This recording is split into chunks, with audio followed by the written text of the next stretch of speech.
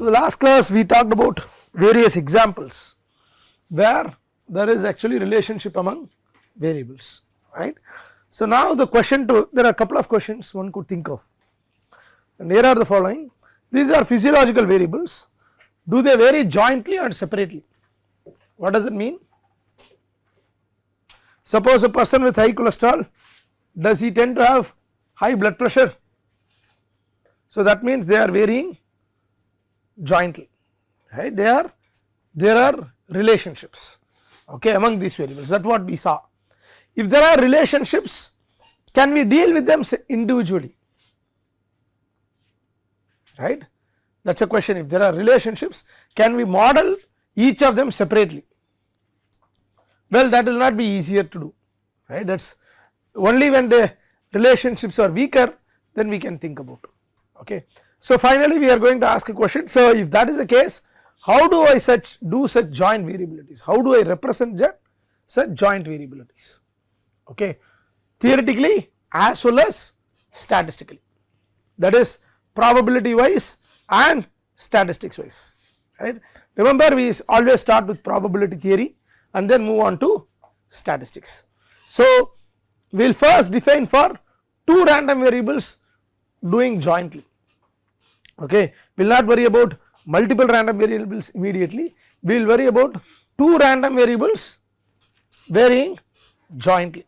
So, it is called as bivariate distribution, probability distribution, or joint probability distribution of two random variables. So, what do I mean by joint? What do I mean by joint? So, if you want to look at it graphically, this is what I am talking about. So, this is a joint PMF, probability mass function, for a discrete variable. So, x, y and the values. So, now it has actually become 3 dimensional, x axis, y axis and the probability values. Now, looking at this graph, can you tell whether x and y are related or independent? Whether the random variables x and y are related or independent?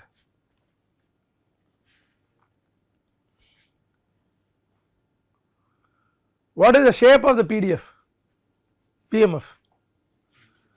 Huh? Is it looking like a triangle somewhere? Right. So, now that means what? The farther x values, the lesser the y probabilities, it is like a triangle. So, that means they should be actually inversely related, okay. When can you say that there is no relation? Looking at the shape, what shape you can say that it is no relation? What kind of shape? You understand what I mean? When x increases, y decreases and vice versa. So, that is why I am saying there is inverse kind of relationship. What kind of shape of the PDF can you assume that there is no relationship? Rectangular, right. X and y independently, they do not carry each other, most likely it should be a rectangular or square distribution, right. That is when you say there is no relationship. Here it will be clearly related. So, this is what I am talking about. Now, when I talk about two random variables, both x and y are related and we are talking about the joint occurrence. So, at x equal to 0, y equal to 4, what is the probability? We are not asking a question independently, okay. It is joint, x equal to 0, y equal to 4, it is the probability. So, the probability of occurrence of x equal to 0 is 1.6 and the probability of occurrence of y equal to 4 is 4. So, it is a joint. So, you have to look at it in a joint fashion, you understand. So, you can think of marginal distribution, that is for each value of x you can go along y and for each value of y you can go along x, you understand. So, from the 2 dimensional distribution, that is 3 dimensional, basically 2 x y with values, you can go along x axis or look only along y axis, you understand. So, basically this probability distribution has certain rules to it, okay. So, now the way we represent it is f of x comma y, the capital F is usually the cumulative distribution and the small f is the probability distribution function PDF. Okay. And as I said, the marginal cumulative distribution is what? F of x is for all y. You summate along y, you get f of x. You summate along x, you get f of y. So let us solve a problem and then we will get it better. So can you, this is my joint PMF, okay, for various values of x and y. Look how the function is, it is a function of both x and y, clear. So this is how usually the joint PDF looks. So now the first question I have asked is, what is the value of k? How do I find the value of k? How do I find the value of k? What idea did I use? I have also wrote down the solution. What idea did I use? The probability of sample space should be equal to 1.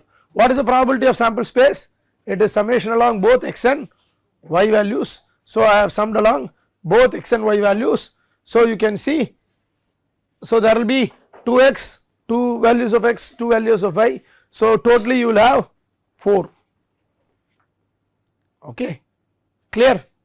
So for each value of y you will have 2 values of x. So that is way you have 4 components, and giving rise to, when you equate it to 1, you get k equals to 1 over 18.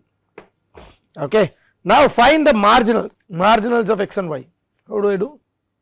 Simple, summate along y for, keep x and summate for y. So it should be a function of x alone.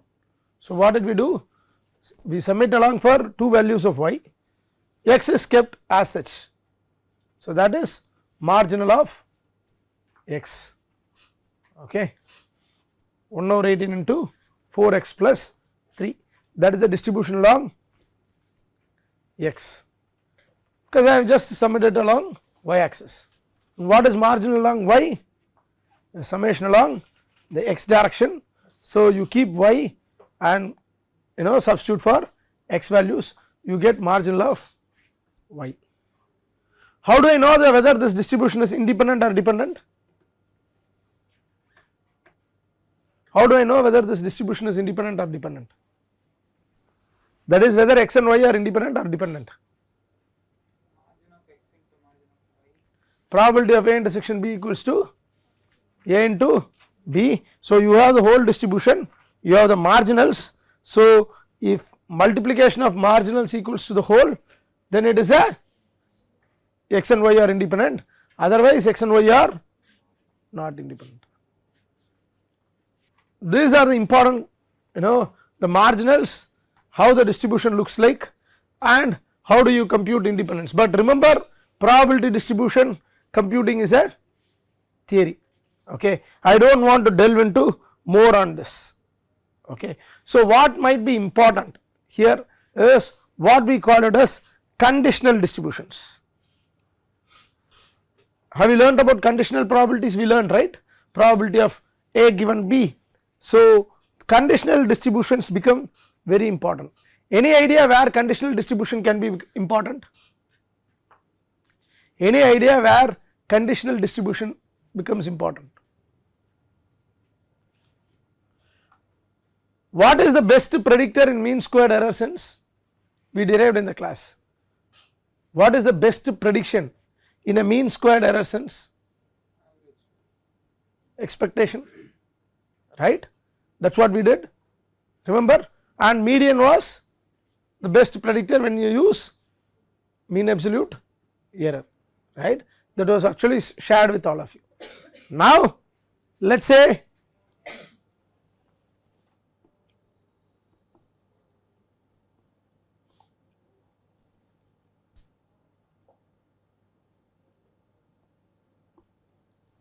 okay, I write a model like this where y is my output, x is my input, okay. I am trying to predict y, that is why it is cap, okay, y hat, using what are the parameters? Theta hat, okay. In your simple regression this becomes y equals to mx, but theta could be a vector also, okay, and x could be a matrix also. Okay. So, the simpler case will be y equals to mx, okay, and y hat equals to m at x, right. This is what you want to actually predict. Now, what is m? What is the value of m hat? In y equals to mx, what is m hat? M hat y equals to mx, what is m? Slope. That is what we have learnt. But remember, this has to have connection with prediction, right, because you are using m to predict the value of y. So, this has to have connection with prediction. So, what could be m in terms of prediction? Slope is what you get finally, but what is in general theta hat? If I ask you theta hat, what is in general theta hat? If I want to predict and if I want to minimize the squared error, what will be theta hat? Mean of what? Mean expectation of what? Y given x. You understand? So, you are predicting y, so that means you are minimizing the square error in y. So, what is the value? Best prediction, average value of y, okay. So, we know when you predict, when you want to minimize the mean square error, what is the best prediction? It is just the average. So, what is the best prediction of y hat? Is the average of y, which is nothing but expectation of y, but what is given to you?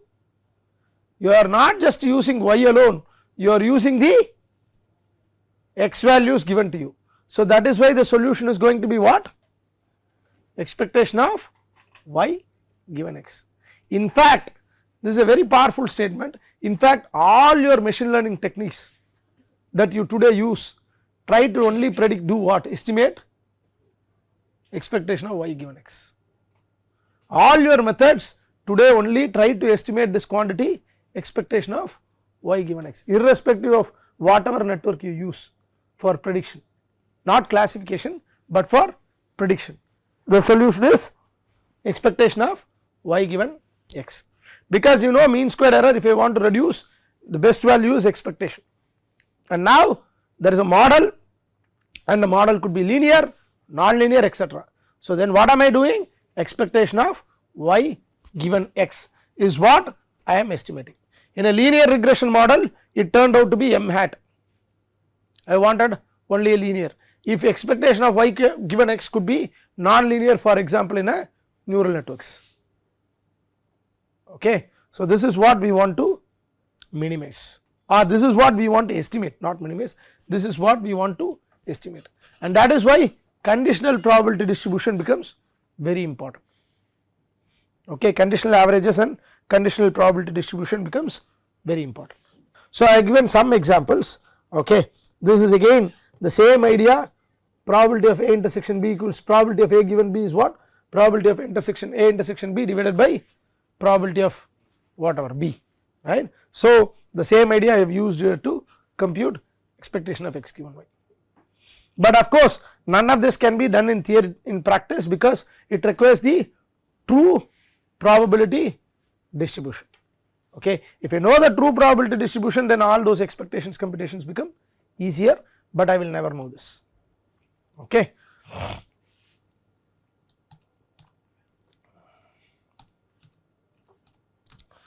So, then what can we talk about? Okay. So, then what is, so these are definitions of mean and variance. So, you should have known now you will do double integration instead of a single integration. When you want to do for x, you will do double integration, and similarly you will do double integration for variance, etc. Right. Clear? Variance of x, these are nothing but marginals. Okay. So, I have given an example, let us not worry about this. Okay.